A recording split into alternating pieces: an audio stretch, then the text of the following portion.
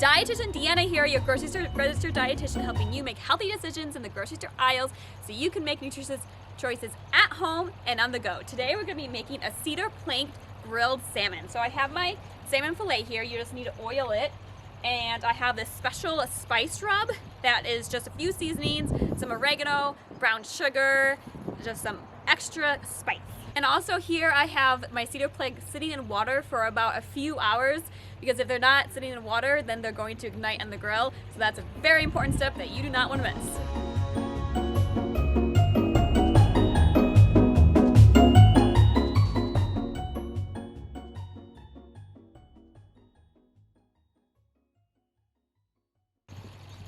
So once I put the spice rub on, I put it on my cedar plank, and I have my grill heated to about 350. When grilling any type of meat or vegetables, it's always good to grill on a low temperature because that decreases the amount of carcinogens that get in the food from like the charring.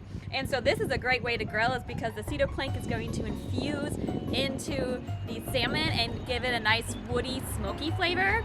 So I'm just gonna put it right on the grill like that. And then this way the skin doesn't stick to the grill as well.